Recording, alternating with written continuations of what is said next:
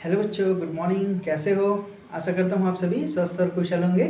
तो बच्चों, पिछली कक्षा में हमने पढ़ा था सुस्तराम के बारे में हिंदी में, है ना। और आज हम पढ़ेंगे हिंदी में। हमारा अगला पाठ है पाठ 3, बाल गंगाधर तिलक। तो बच्चों, ये है हमारा हिंदी। पिछली कक्षा में हमने पढ़ा था सुस्तराम के बारे में और आज हम पढ़ेंगे बाल गंगाधर तिलक जी के बारे में, है ना। तो हमारा पेज नंबर है 271 बाल गंगाधर तिलक, है ना। तो आप लोग भी इसे घर में बुक निकाल के पढ़िएगा तो और भी अच्छे से समझ में आ जाएगा, ठीक है। तो इसमें बाल गंगाधर तिलक के उच्च विचारों और महानता के बारे में बताया गया है। तो क्या आप लोग को पता है कि स्वराज हमारा जन्मसिद्ध अधिकार है और इसे हम लेकर रहेंगे? किसका नारा है ये? नहीं पता? तो बच्चों, ये नारा लोकमान्य बाल गंगाधर तिलक जी ने दिया था, है ना। तो यहाँ पर स्वराज, स्वराज एक शब्द आया है। तो स्वराज का मतलब होता है, स्व का मतलब स्वयं, राज का मतलब होता है राज्य। तो स्वयं का राज्य मतलब इसमें कहने का अर्थ ये है कि नियम कानून तो सरकार का है ना, लेकिन इसमें हमारा भी अधिकार होना चाहिए, ऐसा लोकमान्य बाल गंगाधर तिलक जी का मानना था, है ना।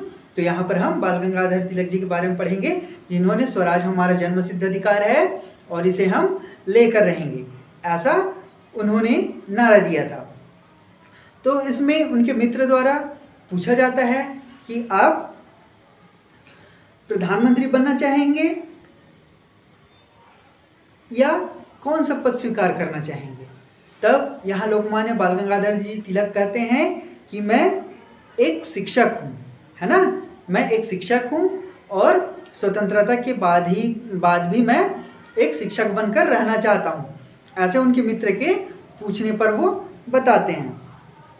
और तिलक जी को, जो लोकमान्य बाल गंगाधर तिलक जी हैं, उनको पुस्तक पढ़ने का बहुत शौक था। उनको पुस्तक पढ़ते रहना, अच्छी अच्छी बातों के बारे में जानते रहना बड़ा अच्छा लगता था। मतलब वो पुस्तक के बारे में जानकारी लेना, उनको पढ़ना, है ना, और पढ़कर दूसरों को शिक्षा देना उनका काम था।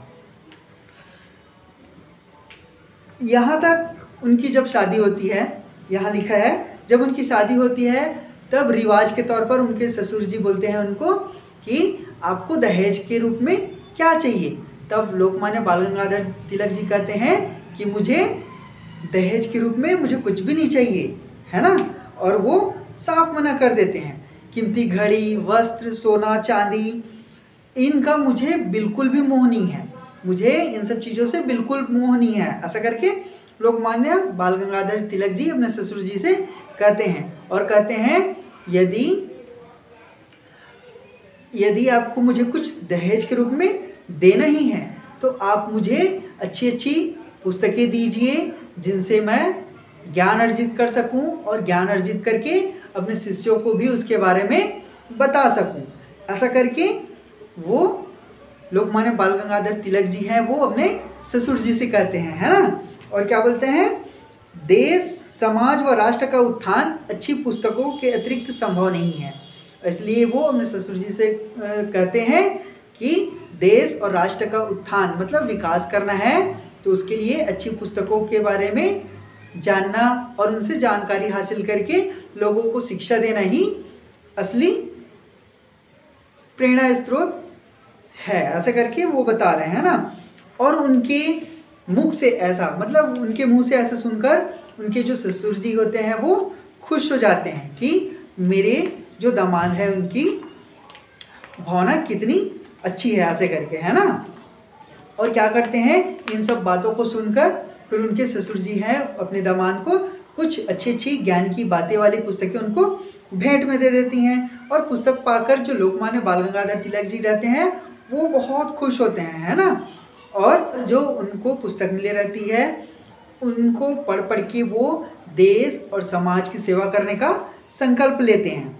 इसमें आगे लिखते हैं कि इतिहास हमें गंगाधर तिलक के पुस्तक प्रेम की गाथाएं बताता है।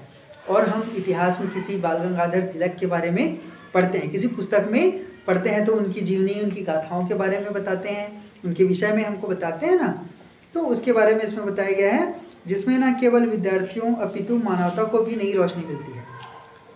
हम उनके जीवन चरित्र को पढ़ते हैं, उनकी गाथाओं को पढ़ते हैं, तो सिर्फ विद्यार्थियों को ही नहीं बल्कि मानवता को भी एक नई रोशनी मिलती है ना। एक नया प्रेरणा मिलता है उनसे, उनकी जीवनी को, उनकी गाथाओं को पढ़कर एक नया विचार आता है, एक प्रेरणा मिलता है मन में, एक नया उद्देश्य मिलता है ना। तो बच्चों, आशा करता हूँ आपको यह पाठ समझ में आया होगा। यदि आपको समझ में ना आया हो तो आप मुझे व्हाट्सएप में मैसेज भी कर सकते हैं या आप मुझे डायरेक्ट कॉल भी कर सकते हैं, ठीक है। और मैं इसका प्रश्नोत्तर अगले वीडियो में आपको बनाकर भेजूंगा, ठीक है। धन्यवाद।